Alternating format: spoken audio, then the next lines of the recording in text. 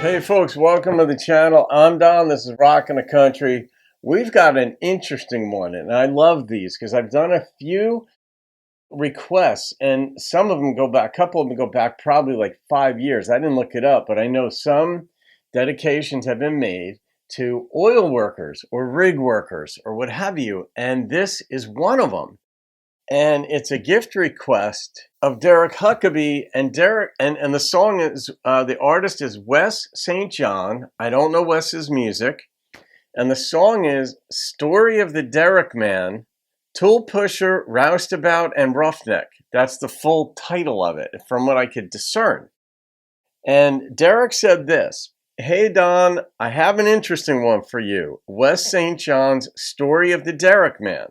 Give a little love to the oil field workers out there. I used to work in that industry years ago. Quite the time." He first started writing songs about the oil field back in the mid-2000s. Hope you'll enjoy it. So this is relatively recent, based on traditional country music standards. I mean, I've done stuff, Johnny Horton's from the 40s and 50s and such. So anyway, relatively recent. So oil field, I don't know if we're talking Texas. It could, if it's the 2000s. When did fracking, like in North Dakota, really kind of become a much bigger thing? It was around that time, right? It might have been in the 2010s. But so oil field workers everywhere. All right. So from Derek Huckaby to the oil field workers, shout out to you all. Here we go. Oh, nice. Let me tell you all a little story about the hard-working old-rig hands. There's a Derrickman, tool pusher, roustabout, a roughneck driller, and a company man. Just listen a while and I'll tell you about the different jobs all of them do. How they keep the rig running good and smooth to bring the oil to me and you. All right. Well, the Derrickman checks and doctors the mud, making sure that it's pumping just right. Then it's up on the board when the rig starts tripping, unlatching and setting back pipe. Going into the hole, he latches on the stand, and the motor man tails it in. Then the lead tongue stabs it to make it up, and then they do it all over again. Listen while I tell my story about the hard-working old-rig hands, about the Derrickman, tool pusher, roustabout, a roughneck driller, and the company man. Now the tool pusher is the straw boss. He's over all of the old-rig hands. He makes sure everybody does a job they should and gets his orders from the company man. He keeps the rig supplied with everything it needs and makes sure all the work gets done. He's the man in charge, and when they're pushing him hard, now he can be a real son of a gun. What, a tool pusher? I didn't see that part of the job coming. I guess he's like the foreman on a site or something. Just sounds like he kind of like browbeats people based on what the company man wants. I don't know how he's going to represent the company man. We're going to find out. Well, the roustabout, he's the lowest man on the old rig totem pole. He gets the dirty jobs nobody else wants. Clean up is his main role. You know, he paints a derrick and he unloads pipe and he works with the workboat crew. He's gonna make a roughneck if he don't die first. That's the main thing he wants to do. Listen while I tell my story about the hard-working old-rig hands, about the Derrickman, tool pusher, roustabout, a roughneck driller, and the company man. Now the roughneck is the backbone of the drilling rig, that's for sure. He spends most of his time working long, hard hours on the dirty old drilling floor. Some days he works, and when he feels so bad, if he died he wouldn't care. Cause when he should have been sleeping last night, he was out chasing women and drinking beer. Now the driller's in charge of drilling the hole. He's the boss of the roughneck hands. You know he runs a rig when he's on the floor. He's a tool pusher, right-hand man. Going into the hole, he watches all the gauges and he keeps the operation tight. And when they make a round trip just to change a bit, he sees to it that they do it just right. Listen while I tell my story about the hard-working old-rig hands, about the Derrickman, tool pusher, roustabout, a roughneck driller, and the company man. Now the company man is the big boss of the entire drilling site. He works 24 hours, 7 days a week just to try to keep it running right. He got a truckload of paperwork to do each day and the phone rings off the hook. And then the tool pusher says there's trouble on the rig and you gotta go have a look. It's an education. Listen while I tell my story about the hard-working old-rig hands, about the Derrickman, tool pusher, roustabout, a roughneck driller, and the company man. About the Derrickman, tool pusher, roustabout, a roughneck driller, and the company man. Yeah, about the Derrickman, tool pusher, roustabout, a roughneck driller, and the company man. I love that they brought in the harmonies, the backing. Yeah, like, yeah, you've heard me say this a lot of times. Like, you bring that in and it makes it feel more of a collective. Like, we're all in it together or someone else is in it with you. It just gives a dimension to it. But what an education. And during this, I was thinking, all right, the roustabout sounds like the equivalent of like a deckhand on a commercial fishing boat, which of course made me think of Montauk Ed. And then I thought, well, Ed, if you were to make a song like this, but for commercial fishermen, maybe somebody's already done it, but if you were to do it, like, how would you run through the different people's responsibilities? Because you've got the captain or the pilot, depending on the size of the ship. And on a commercial fishing boat, you'd have the captain, you'd have deck. I don't know. Let's say you've got I don't know, 90 footer. I don't know how big are these things. So you had a 90 footer and, you know, you see like Deadliest Catch and such, and you guys taking lobster traps and, you know, it's icy and they're up in the Bering Sea and North Atlantic or wherever. And they're just, it's brutal. And then you just see them doing their work and everybody's got a job and they pour it into the hold and then they got to come back and then they got to sell it. So that's another person's job. I don't know, but on the oil fields, man, yeah, and when you speak of a rig, does that specifically refer to like the out at sea platforms or an oil rig? Is that also land-based, just a thing that's extracting the oil from the earth?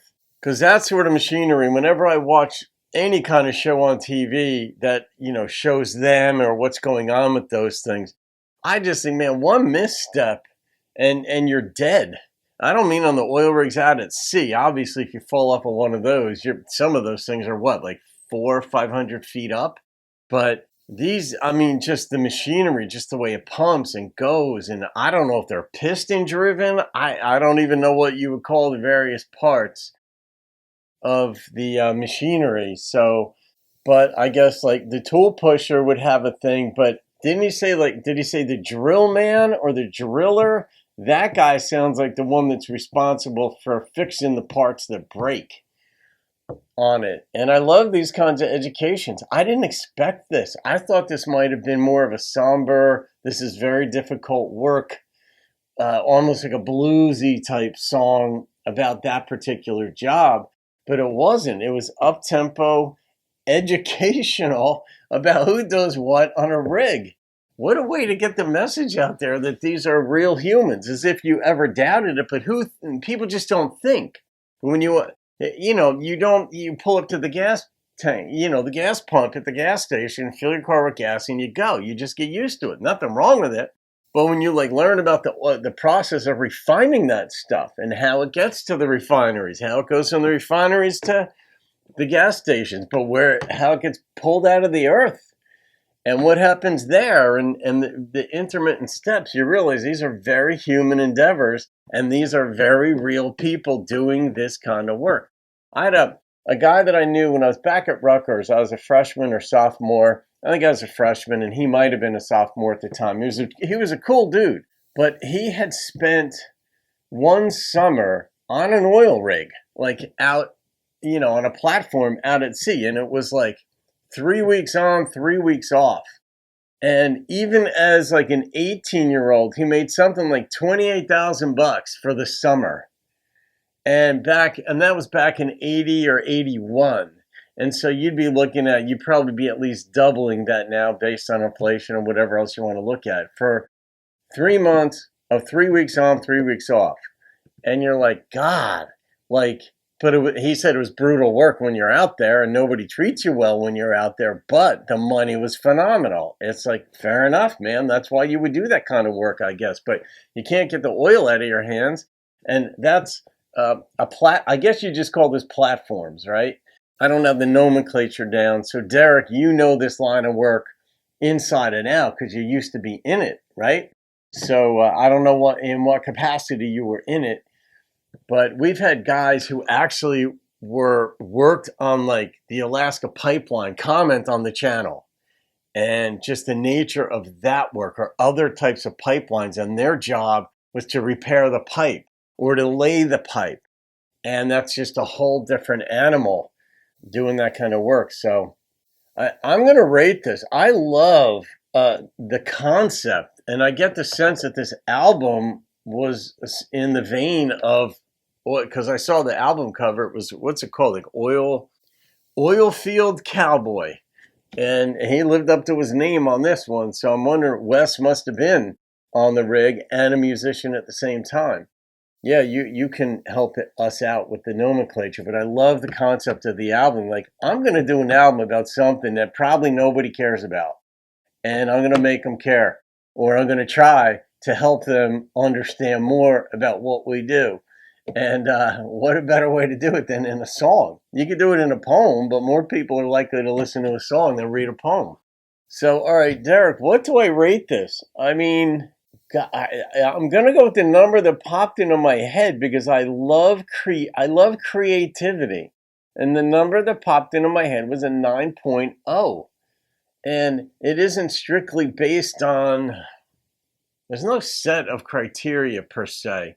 Well, there probably are, but in my brain, what happens is I love creativity. Like, this was sort of a ballsy effort in a way, because you're like, who cares about oil field people? Like, this isn't Brad Paisley, Keith Urban, Miranda Lambert, Alan Jackson, George Jones, whatever. This isn't at that level.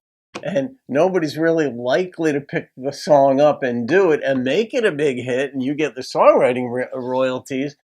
But I'm going to do it anyway, just because I want to. And now it's here.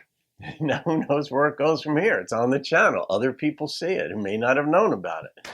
So, Derek, thank you for that, my friend. I'm kind of amped up. I love this kind of stuff. I taught yoga this morning, too, and then I do my Pilates workout this afternoon, but I can relate to teaching. Like, let me teach people what's going on in my given profession, and then they understand better. So now I do.